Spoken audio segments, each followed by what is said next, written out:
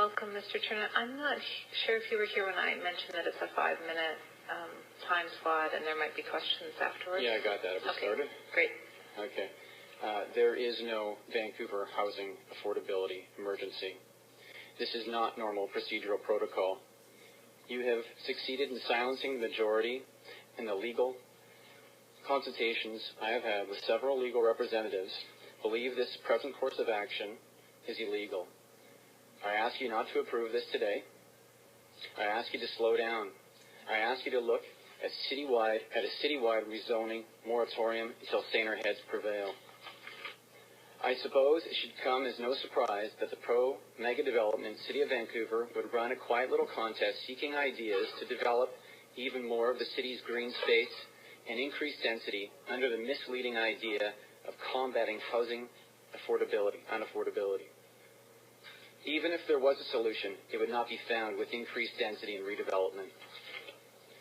Mass confusion. Most of the people I've spoken to in the last few days are in shock and disbelief.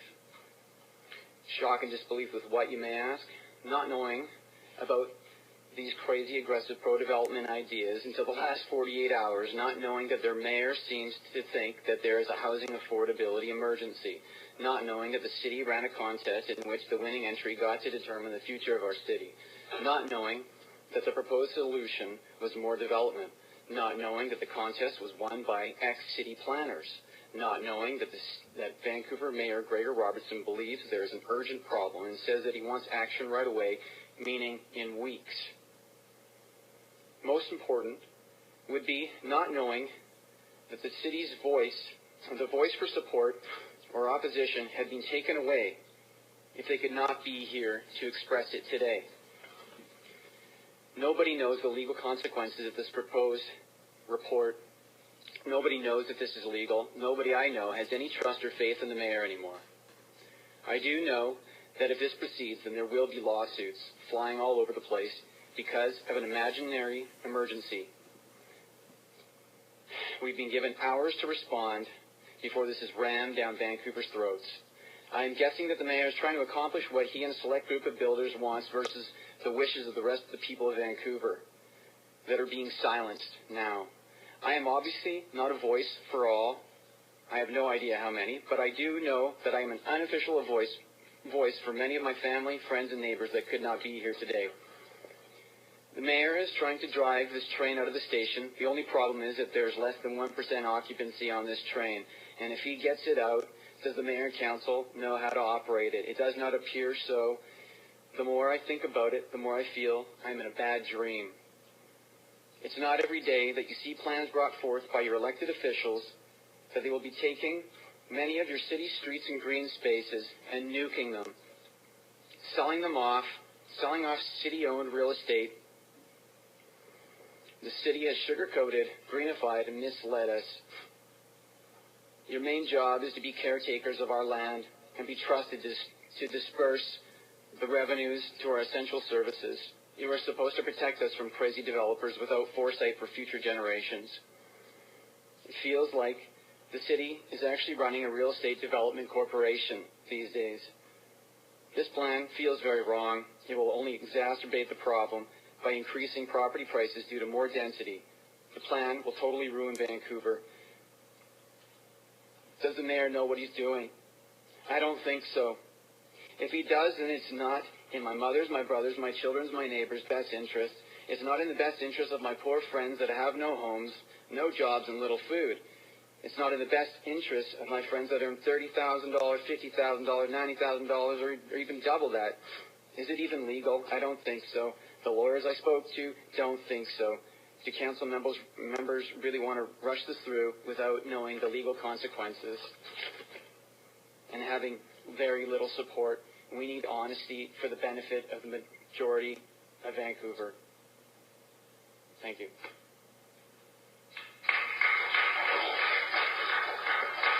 Thanks, Mr. Turner. You do have questions from Councillor Ball. Sorry, we're having a video feed problem. So, Councillor Ball, I will leave you to questions, and I'm going to talk to the clerk for a minute. Thank you, Madam Chair.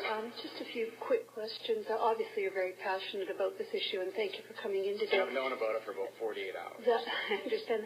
Where did you first hear about the report? On the news. Okay, thank you. And you mentioned a number of issues. A lot of my friends haven't even heard of this yet. So people in the real estate industry, I was talking to them last night, they're like, what are you talking about? So your major issue, aside from the actual specifics of the report, are that the community is not aware of They don't have a clue. And I know several judges. I was talking to one of them. He didn't even know. So your issue is you would like to see the community informed about this now. Is that your first issue? Try to distill what's most important. It feels like the city has been silenced because they don't even know this is happening. I mean, you're here every day. You know what's going on. No. I have work to do. We have work to do. I have children to take care of, to raise, to teach, and we trust you guys. We want to trust you guys. We want to trust you to do the best thing for us with our precious city. Now, I'm a fourth generation Vancouverite. My kids are fifth generation, and I've been here before, but not to fight you guys. To get me here takes a lot. And we do appreciate it. And we actually received the report at the same time as you, although obviously over the years we get the reports as they've come along, and probably you haven't been able to read those reports as well. But this final report, what would you like done? I would like someone to get a pack of matches, set it on fire, and start again. Perhaps if that's not practical, what's the next step? That's the only thing. Okay, thank you. And okay, slow it down, reconsider. Let the people have a chance to consider it. It just seems too suspect, too closed door. I understand. And do you have any specific issues with the report that we could discuss and look at?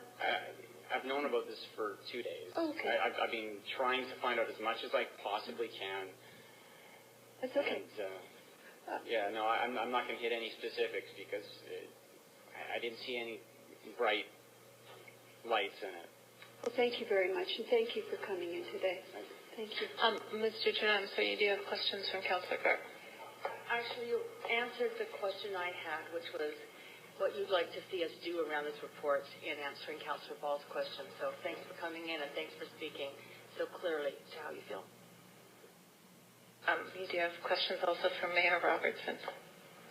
Yeah, thanks for coming. I'm curious, did you vote in the last two elections? Not right. I'm sorry, you don't have to answer that. You don't have to answer. Were you aware that the top priority that I campaigned as mayor for in the last two elections, that's 4 years worth, is dealing with homelessness and creating affordable housing? The solution is more densification? They're totally unrelated. Unrelated. Increasing the density increases the value of the property. It increases unaffordability. So my question to you is, do you think that Vancouver needs more affordable housing? Again, to all the speakers, you don't have to answer questions. I don't know if that's...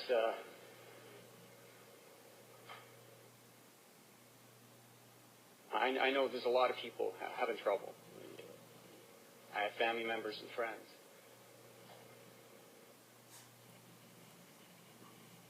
I don't know. I don't think you guys have the answer. I agree. We didn't think we had the answer, and that's part of why I brought together a task force of people with expertise in housing, in construction, building housing, looking at solutions to propose to council, and they've come back with these recommendations as the next steps. Increased density, taking away the livability of the city. It's a never-ending. It's a cat chasing its own tail. you increase density, more people come in, and it's not the people that you want to help. I mean, on the low end, the people that are struggling, I don't know what the idea is on the narrow streets. You get an extra house there on an end of a block, and it goes for $1 million for the lot. You build a new house on it. Now it's $2 million. Who's going to buy that? So is it going to be the guy that you said that your $85,000 a year person, is supposed to afford that? I don't think so. And $85,000 is actually quite a bit of money for a lot of people, right? It is indeed. And I think we have a set of recommendations that proposes next steps that we can take. There's no action being taken here other than looking at next steps that we can take to create more affordable housing in a way that actually improves the quality of life in Vancouver. I think many of us would argue this is a better city because of the people who are here today and the fact that we built these neighborhoods. Great. That's what keeps bringing me back. Vancouver's in my blood. I've tried to leave many times, but I keep getting dragged back here.